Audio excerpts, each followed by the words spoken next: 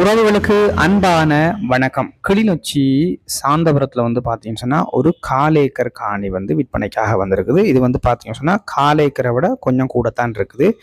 இப்போ நாங்கள் காணிக்குள்ளே போய் அந்த காணியினுடைய அமைப்புகளை வந்து பார்க்கலாம். சாந்தபுரம் என்று சொல்லப்படுகின்ற இந்த இடம் இருக்கின்ற பகுதி வந்து பார்த்தீங்கன்னு சொன்னால் கிளிநொச்சி இரணைமடு சந்தையில் இருந்து நீங்கள் வந்து கனகாம்பிகை குளம் அந்த சைட்டை நோக்கி போனீங்கன்னு சொன்னால் ஒரு ஆர்மி கேம்ப் ஒன்று வரும். அந்த கேம்புக்கு பக்கத்தால் ஒரு ரோட் ஒன்று போகுது.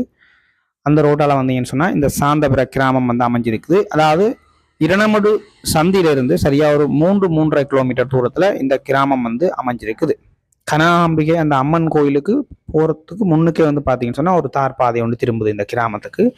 அதால் தான் நீங்கள் போகணும். 2 ரூம் கோல் கிச்சனோட வந்து ஒரு வீடு ஒன்று இருக்குது. பார்த்தீங்கன்னா தெரியும்.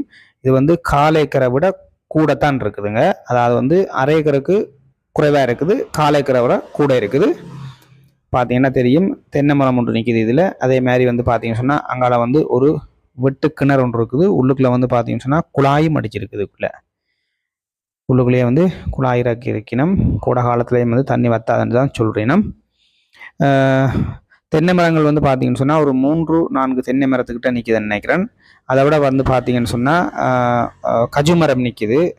அதே மாதிரி பார்த்தீங்கன்னு சொன்னால் தேசி மரம் ஒன்று நிற்கிது. 2 விளாமரம் வந்து நிற்கிது. நல்லா காய்க்கக்கூடிய விளாமரம் 2 நிற்கிது. பின்னுக்கு வந்து மதில் கட்டப்பட்டிருக்குது.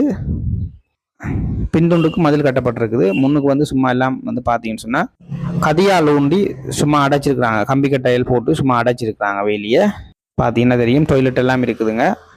ஒரு சில மரங்களும் இருக்குது. 2 ரூம் இருக்குது. பார்த்தீங்கன்னா தெரியும். வீட்டோட அமைப்பு பின் அமைப்பை பாருங்க. 2 ரூம் இருக்குது. ஹோல் கிச்சன் இருக்குது. நான் உங்களுக்கு வீட்டுக்குள்ளேயும் கொண்டே எங்கள் அமைப்பை காட்டுறேன் பாருங்க. வீட்டுகளில் நீங்கள் வந்து செய்ய வேண்டித்தான் இருக்குது. அதாவது பூச்சி வேலையெல்லாம் செய்யணும். உள்ளுக்குள்ளேயும் கொஞ்சம் வேலையில் வந்து செய்ய வேண்டித்தான் இருக்குது. காணி வந்து நல்ல விஸ்தாரமான காணி. அதாவது வந்து பார்த்தீங்கன்னு சொன்னால் இந்த ஒழுங்கைக்கு அருகாமையிலேயே ஒழுங்கையோட சேர்த்து இந்த காணி வந்து அமைஞ்சிருக்குது. அது ஒரு நல்ல ஒரு விஷயம் உண்டு. சுற்றி வர வந்து பாருங்க வீடுகள் இருக்குதுங்க. முன்னுக்கு வந்து பத்தி இறக்குறதுக்காக தூண் போட்டிருக்காங்க பாருங்க வீட்டுக்கு. அதை விட நாங்கள் வீட்டுக்குள்ளே போனோம்னு சொன்னால் கதவுகள் எல்லாம் நீங்கள் மாற்றத்தான் பண்ணணும். எல்லாம் முக்கி போச்சு. உள்ளுக்கெல்லாம் கதவு போட இல்லை. இதான் இந்த வீட்டோட அமைப்பு. 2 ரூம் இருக்குது. சாமி அறையும் மாதிரி இன்னொரு ரூம் இருக்குது. ஹோல் இருக்குது. இந்த அமைப்பெலாம் இந்த வீடு இருக்குது. பார்த்தீங்கன்னா தெரியும்.